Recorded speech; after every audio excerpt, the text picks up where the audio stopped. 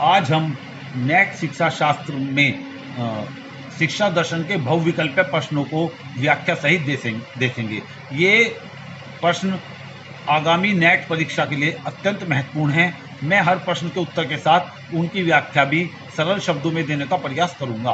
प्रश्न नंबर 1, नकारात्मक शिक्षा की संकल्पना किसने बताई थी? यानी इस प्रश्न में पूछा जा रहा है कि निगेटिव एजुकेशन की संकल्पना किसने दी? तो इसमें 4 ऑप्शन है, ए सार्व, बी डीवी, सी रूसो और डी पेस्टोलॉजी। इसका आंसर होगा रूसो। रूसो ने नकारात्मक शिक्षा की संकल्पना बताई थी। रूसो एक प्रकृतिवादी विचारक थे जिन्होंने एमिल नामक एक शिक्षा पर बहुत बड़ा ग्रंथ लिखा। रूसो ने शिक्षा को 2 भागों में बांटा है, एक तो सकारात्मक शिक्षा यानी पॉजिटिव एजुकेशन, दूसरी नकारात्मक शिक्षा यानी निगेटिव एजुकेशन। रूसो ने अपने काल्पनिक पात्र एमिल को 5 से 12 वर्ष तक जो शिक्षा दी उसे उसने निगेटिव एजुकेशन कहा, नकारात्मक शिक्षा कहा। रूसो के अनुसार जो शिक्षा बालक की मूल प्रवृत्तियों, बालक के स्वभाव और बालक की शक्तियों के अनुसार दी जाती है उसे नकारात्मक शिक्षा कहते हैं। यानी नकारात्मक शिक्षा बालक को बालक मानकर दी जाती है, बालक को प्रौढ़ मानकर नहीं दी जाती। नकारात्मक शिक्षा गुणों की शिक्षा नहीं है, अपितु ये दुर्गुणों से बचाती है और नकारात्मक शिक्षा पुस्तकीय शिक्षा का विरोध करती है। इस प्रकार नकारात्मक शिक्षा की संकल्पना रूसो द्वारा बताई गई थी, जो एक प्रसिद्ध प्रकृतिवादी थे। प्रश्न नंबर 2, दर्शन शास्त्र की कौन सी शाखा अनुभवों की पुनर्संरचना पर बल देती है? यानी इस प्रश्न में पूछा गया कि दर्शन शास्त्र की कौन सी वह शाखा है जो अनुभवों की पुनः संरचना पर बल देती है। 4 ऑप्शन है, ए आदर्शवाद आइडियलिज्म, बी प्रकृतिवाद, सी यथार्थवाद और डी प्रयोजनवाद। तो यथार्थवाद की वह शाखा प्रयोजनवाद है जो अनुभवों की पुनर्संरचना पर बल देती है। प्रयोजनवाद को अंग्रेजी में प्रैग्मेटिज्म कहते हैं। प्रयोजनवाद दर्शन शास्त्र की वह शाखा है जो सत्य और मूल्य को परिवर्तनशील मानती है। यानी यह किसी भी स्थायी सत्य, स्थायी मूल्यों में विश्वास नहीं करती और ये कहती। और प्रैग्मेटिज्म के सबसे प्रसिद्ध जो विद्वान हुए हैं वो अमेरिका के जॉन डीवी हुए हैं। जॉन डीवी शिक्षा को अनुभवों के अनवरत पुनर्निर्माण एवं पुनर्संगठन की प्रक्रिया मानते हैं। इसलिए प्रयोजनवाद अनुभवों की पुनर्रचना पर बल देता है। नेक्स्ट नंबर 3, एमिल यह निम्न पर प्रथम प्रबंध है, आदर्शवाद, यथार्थवाद, प्रकृतिवाद और प्रयोजनवाद। यानी एमिल किस दार्शनिक विचारधारा से संबंधित है? इसका आंसर होगा सी प्रकृतिवाद। एमिल नामक प्रसिद्ध शिक्षा संबंधी ग्रंथ की रचना रूसो ने की थी और रूसो ने एमिल नामक अपने ग्रंथ में शैक्षिक विचारों को व्यक्त किया है। वास्तव में एमिल में ही रूसो ने प्रकृतिवाद का व्यापक दृष्टिकोण प्रस्तुत किया। एमिल में 4 भाग हैं। प्रथम 3 भाग पुरुष शिक्षा पर और अंतिम 1 भाग स्त्री शिक्षा पर है। एमिल के बारे में एक विद्वान ने कहा था कि पूरी दुनिया में शिक्षा योजना संबंधी कोई भी ऐसा ग्रंथ नहीं है जिसकी एमिल से तुलना कर सके। पायने नामक विद्वान ने तो एमिल को बाल्यावस्था की एंजिल माना था। ये यूजीसी नेट में आया हुआ प्रश्न है और ये जितने भी बहुविकल्प प्रश्न हैं ये सब यूजीसी नेट शिक्षा शास्त्र में आ चुके हैं। तो पायने नामक विद्वान ने एमिल को बाल्यावस्था की एंजिल माना था। एमिल प्रकृतिवाद पर प्रथम प्रबंध है जिसमें एमिल नामक एक काल्पनिक बालक की शिक्षा का वर्णन है जो नगर के कोलाहल से दूर प्राकृतिक वातावरण में शिक्षा प्राप्त करता है।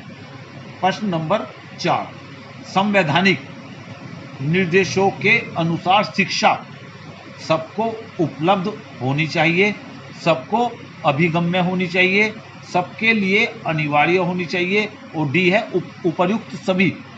तो हमारा जो संविधान है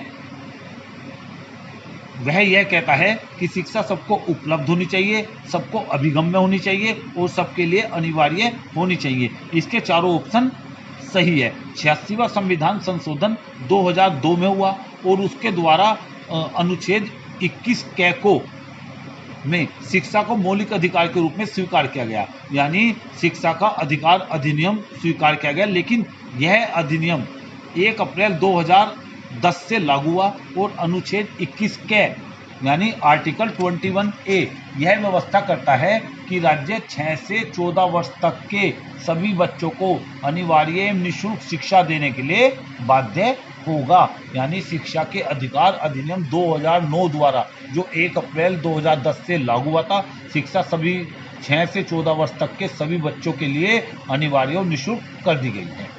प्रश्न नंबर 5, वेद हमें सिखाते हैं कि रचना का कोई प्रारंभ नहीं है, रचना का कोई अंत नहीं है, रचना प्रारंभ तथा अंत से हीन है, रचना का एक निश्चित प्रारंभ तथा अंत है। आप जानते हैं कि भारत के जो प्राचीनतम ग्रंथ हैं वो वेद हैं। वेद के जो संकलन करता थे वो वेद व्यास माने जाते हैं। वेदों की संख्या 4 है, ऋग्वेद, यजुर्वेद, सामवेद एवं अथर्ववेद। ऋग्वेद इनमें सबसे प्राचीन वेद है और वेद यह कहते हैं कि रचना यानी सृष्टि, रचना का मतलब यहाँ सृष्टि से है कि सृष्टि का ना तो कोई प्रारंभ है और ना ही कोई अंत है, यानी रचना प्रारंभ तथा अंत से हीन है।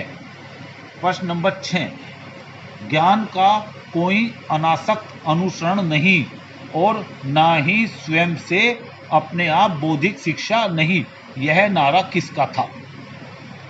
स्टेटमेंट को ध्यान से पढ़िए। ज्ञान का कोई अनासक्त अनुसरण नहीं यानी बिना किसी सोचे समझे ज्ञान अनुसरण करने का विषय नहीं है, और ना ही स्वयं से अपने आप बौद्धिक शिक्षा नहीं, और ना ही ये बौद्धिक शिक्षा है। यह नारा किसका था? 4 ऑप्शन दिए गए, यथार्थवादियों का, प्रकृतिवादियों का, परियोजनवादियों का और आदर्शवादियों का। तो यह नारा परियोजनवादियों का था। परियोजनवाद को हम प्रैग्मेटिज्म कहते हैं, इसी को फलवाद भी कहा जाता है, इसी को कई बार व्यवहारवाद भी लिख देते हैं। तो परियोजनवादी दर्शन जो है ये व्यवहारिक शिक्षा पर बल देता है। ठीक, यह कहता है कि शिक्षा ऐसी होनी चाहिए जो जीवन उपयोगी हो, जो ज्ञान और कुशलता देने वाली हो, यानी जो जीवन उपयोगी ज्ञान प्रदान करे, कुशलताएं प्रदान करे, वो ही शिक्षा है। परियोजनवादी ये कहते थे कि शिक्षा बालक की आंतरिक शक्तियों का विकास करे। जॉन डीवी जो प्रमुख परियोजनवादी थे वो कहते थे कि बालक में प्रवृत्तियों और रुचियों को विकसित कर वर्तमान के प्रति रचनात्मक दृष्टिकोण विकसित करना शिक्षा का प्रमुख कार्य है। ये बौद्धिक शिक्षा पर बल नहीं देते थे, यह व्यवहारिक शिक्षा पर बल देते थे, और ये ज्ञान का अनासक्त अनुसरण करने पर भी बल नहीं देते थे। यानी परियोजनवादी ज्ञान के अनासक्त अनुसरण पर बल नहीं देते थे, और ये शिक्षा को केवल बौद्धिक शिक्षा नहीं मानते थे, ये शिक्षा को व्यवहारिक शिक्षा मानते थे, ये शिक्षा को ऐसी शिक्षा मानते थे जो उपयोगी हो। इसलिए परियोजनवादियों के अनुसार ज्ञान का कोई अनासक्त अनुसरण नहीं और ना ही स्वयं से अपने आप बौद्धिक शिक्षा नहीं। अगले प्रश्न को देखते हैं। वह कौन सा दर्शन शास्त्र है जो कि किसी अध्यापक की भूमिका का एक नियमबद्ध अनुशासनवादी के रूप में समर्थन करता है? ए प्रकृतिवादी, बी आदर्शवादी, सी अस्तित्ववादी, डी यथार्थवाद।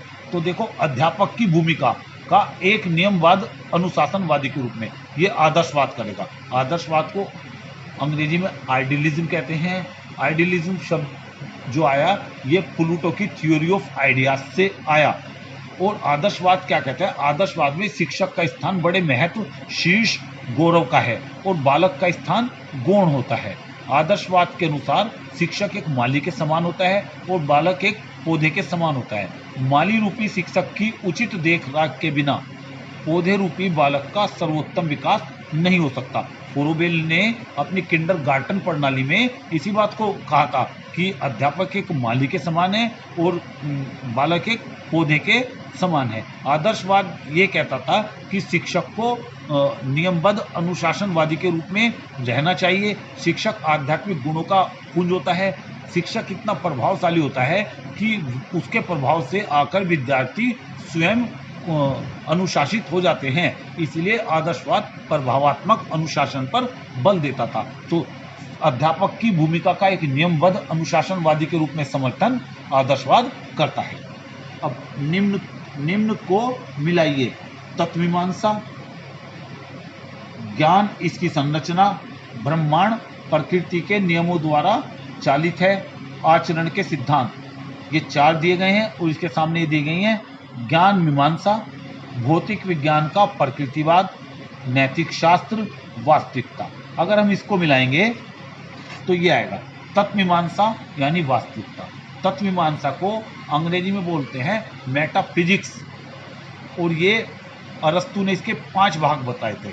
आत्मा, परमात्मा, सृष्टि, सत्ता और ब्रह्मांड, ये वास्तविकता से संबंधित होती है। ज्ञान इसकी संरचना, इसमें ज्ञान के स्रोत क्या हैं, ज्ञान के भेद क्या हैं, ये सब बातों का अध्ययन किया जाता है, इसलिए ज्ञान इसकी संरचना को ज्ञान मीमांसा कहते हैं। ब्रह्मांड प्रकृति के नियमों द्वारा अविचालित है, ये भौतिक विज्ञान का प्रकृतिवाद। आचरण के सिद्धांत, इसको नैतिक शास्त्र या नीति शास्त्र बोलते हैं। तो इस प्रकार से इसको आप मिला सकते हैं। प्रश्न नंबर 9, बच्चे को एक स्वायत्तशासी एवं प्राकृतिक वातावरण में शिक्षित होना चाहिए, इस कथन का समर्थन किसने किया था? अब देखिए, स्टेटमेंट को ध्यान से पढ़िए। बच्चे को एक स्वायत्तशासी यानी जहां उस पर किसी प्रकार का अंकुश न हो, वो स्वयं अपने आप प्रबंध करे, और प्राकृतिक, ये 2 शब्द आ गए, इन्हीं से समझ जाइए ये प्रकृतिवादियों द्वारा दिया गया है। प्रकृतिवादियों ने सबसे पहले बाल केंद्रित शिक्षा को जन्म दिया। शिक्षा में मनोविज्ञान का प्रादुर्भाव प्रकृतिवादी दार्शनिकों द्वारा ही संभव हुआ, और रूसों की लेखनी ने तो कमाल ही कर दिया। तो प्रकृतिवादी कहता है कि शिक्षा द्वारा बालक को ऐसे अनुभव प्रदान किए जाने चाहिए जो छात्र की स्वयं की प्रकृति के अनुरूप हो। रूसो कहते थे प्रकृति के अनुसार व्यक्ति बड़ा होने से पहले बालक होता है, इसलिए इस प्रकार के स्वायत्तशासी एवं प्राकृतिक वातावरण में बालक का संतुलित एवं स्वाभाविक विकास किया जाना चाहिए। प्रकृति की ओर लौटो, ये रूसों का और प्रकृतिवादियों का प्रमुख नारा था। इसलिए बच्चे को एक स्वायत्तशासी एवं प्राकृतिक वातावरण में शिक्षित होना चाहिए, यह प्रकृतिवादियों का नारा है। प्रश्न नंबर 10 और अंतिम प्रश्न है, मकतब है प्राथमिक शिक्षा केंद्र, उच्च शिक्षा मकतब संस्थान, माध्यमिक शिक्षा केंद्र, पूजा स्थल। तो मुस्लिम काल में शिक्षा के 2 केंद्र बहुत होते थे, एक तो मकतब और एक मदरसा। दोनों में अंतर को समझिए। मदरसा जो होता था ये तो उच्च शिक्षा का केंद्र होता था, जबकि जो मकतब होता था ये प्रारंभिक शिक्षा का केंद्र होता था। तो मकतब प्रारंभिक शिक्षा का केंद्र होता था। मकतब में बालक को प्रवेश मौलवी साहब द्वारा दिया जाता था। मौलवी साहब एक रस्म को निभाते थे जिसको बोलते थे बिस्मिल्लाह, और ये 4 वर्ष 4 माह और 4 दिन के समय बिस्मिल्लाह रस्म का शुभारंभ किया जाता था। और मकतब में क्या होता था, इसमें शब्द ज्ञान दिया जाता था बच्चे को, और इस्लामिक प्रार्थनाएं यानी जो इस्लाम धर्म से संबंधित प्रेयर थी उस सबको सिखाया जाता था। ठीक, और मकतब की शिक्षा पूरी करके बालक मदरसों में पढ़ने जाते थे, और मदरसों में किसी भी प्रकार की कोई भी रस्म का निर्वाह नहीं करना पड़ता था। बस ये होता था कि मकतब में तो मौलवी साहब अध्यापक होते थे, जबकि मदरसों में अध्यापक अलग अलग विषय के होते थे, और मदरसों का प्रबंध संस्थाएं करती थी। धन्यवाद।